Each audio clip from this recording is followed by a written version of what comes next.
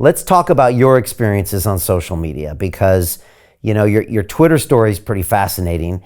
The Twitter files have been pretty fascinating.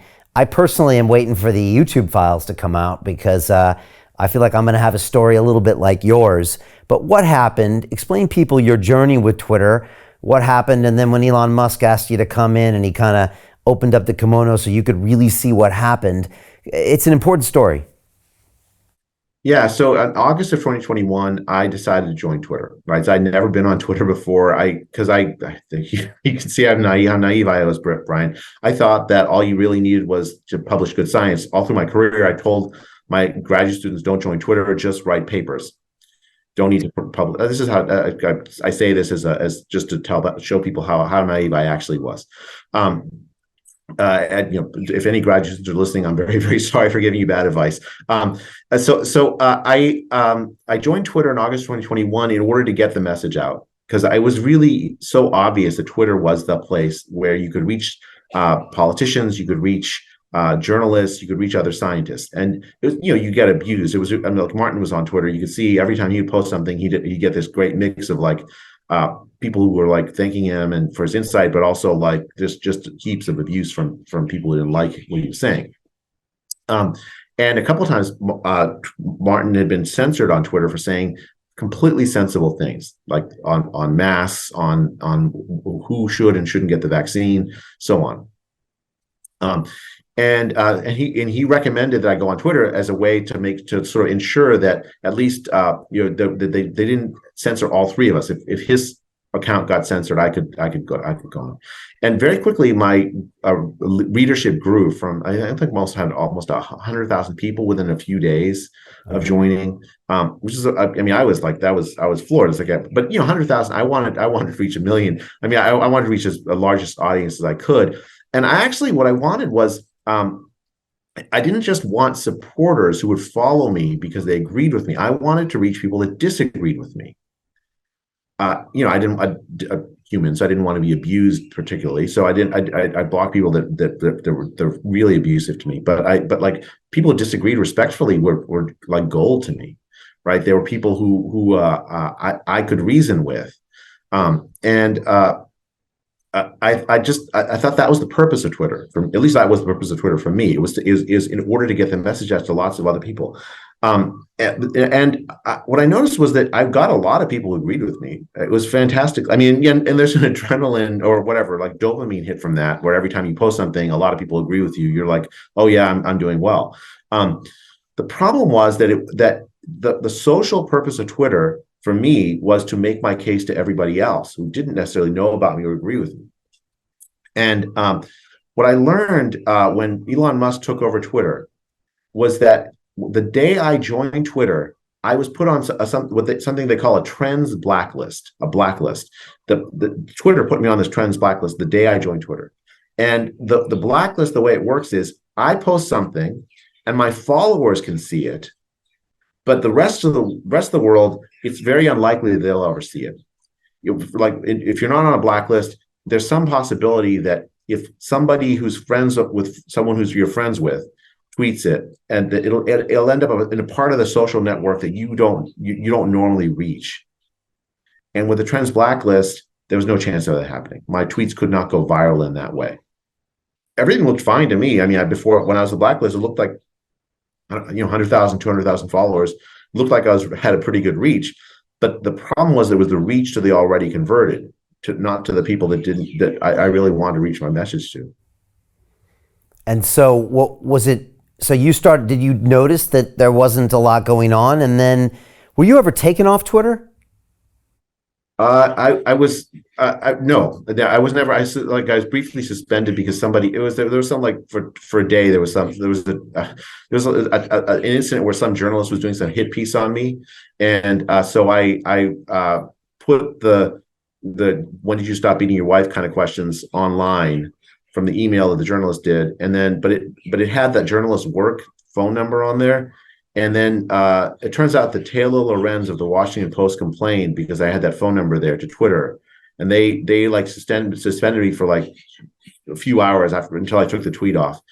But other than that, I personally was never suspended. I did not have any strikes on me for things I had written. I just was blacklisted. Martin was suspended a couple of times because of masking, his comments on masking and vaccines.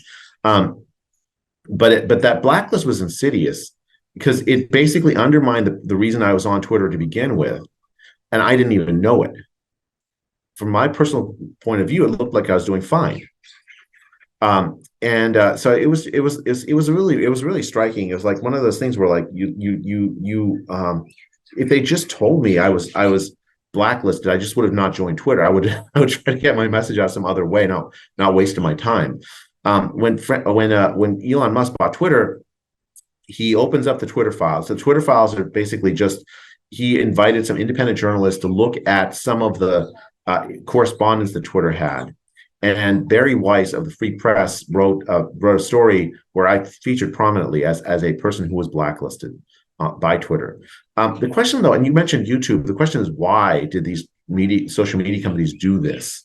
I don't think, now that I've seen what I've seen, I don't think that they were acting solely alone, that they were just doing this out of like public mindedness to try to get the World Health Organization message out or something. I think they were doing, because, like these social media companies in the US are protected by a law called the Communications Decency Act, which allows them to allow me to say whatever I want on Twitter without them being responsible, right? They're not the ones responsible for what I say. They're just providing a platform. So why would they stop you, Brian, from going on YouTube? Why would they stop, or your things going on YouTube? Why would they stop me from saying what I want to say on Twitter? Their interest is to let reasonable, even unreasonable people have their say online. It turns out that the U.S. government was using its power to muscle social media companies, threatening this liability protection, that if they didn't censor the people they wanted censored, the ideas they wanted censored, that they would lose. The implicit threat was, and sometimes the almost explicit threat was, that they would lose their protection against liability from this against like, because they're a social media company, they're allowed to publish whoever they want without having to face that kind of liability. It's the governments of the world, specifically the U.S. government, I think also the U.K. government, used its power and to tell social media companies who to censor and what to censor. And I think this goes back to 2020, and it especially accelerated during the Biden administration. The reason I know this, by the way, is a lawsuit that I suspect you'll ask me about, yes. Brought by the Missouri and Louisiana Attorney General's offices against the Biden administration, where we got to read the emails of governments telling social media companies what to do and who to censor, what to censor. It was a gross violation of free speech rights.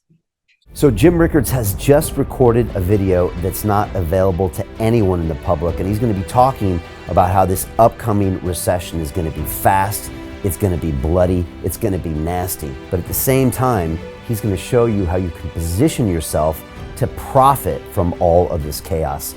Now, we've made this video only available to our viewers. Go to londonreal.tv/Jim. Watch that immediately. I can't say enough good things about Jim Rickards. He understands the global economic system better than any guest I've ever had on London Real.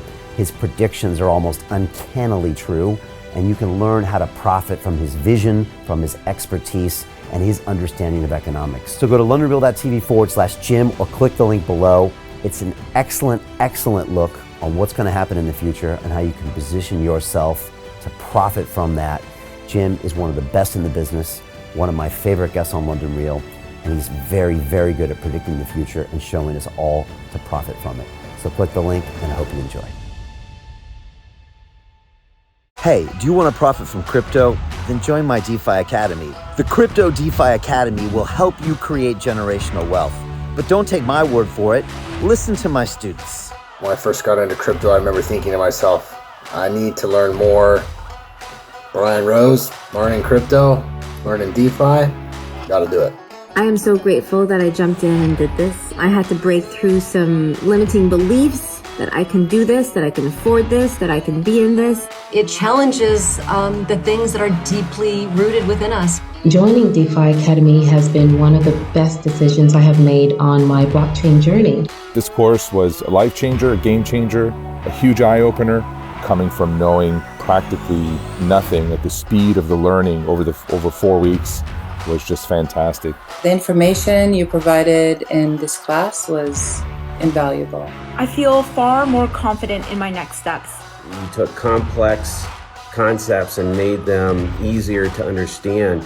What's different than so many other ones is it just doesn't tell you what to do. It actually makes you do it. This is for people who are serious about becoming traders. This is the way it should be done. I realized from this learning experience again that it is not about what you learn, but about who you learn it from. The energy was insane.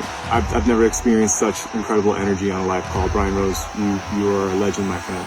It's the only thing in the market where you can get all information and learn everything what you need to know. Everything is so clear and so well done, and I am just forever grateful for this program. It made me feel so much more confident about crypto than I did before. I did not anticipate how passionate I was going to become about it. It's also been like a big learning experience for me, not just in the crypto space, but just an overall balance of life. What I've learned is, how to take ownership, of my life in a way that I really hadn't before. Yeah, you can't put a price on that, really. I would recommend it to anybody, top notch. Excellence does not come cheap. So if you want excellence, you got to pay for it, but it's so worth it. Pull the trigger. That's what this course is about. You're not going to regret it, really. It's amazing. Thank you, Brian and team. So what are you waiting for? Crypto is happening now. Click the link below, submit your application, and let me mentor you on how to create generational wealth and build the decentralized financial infrastructure of the future.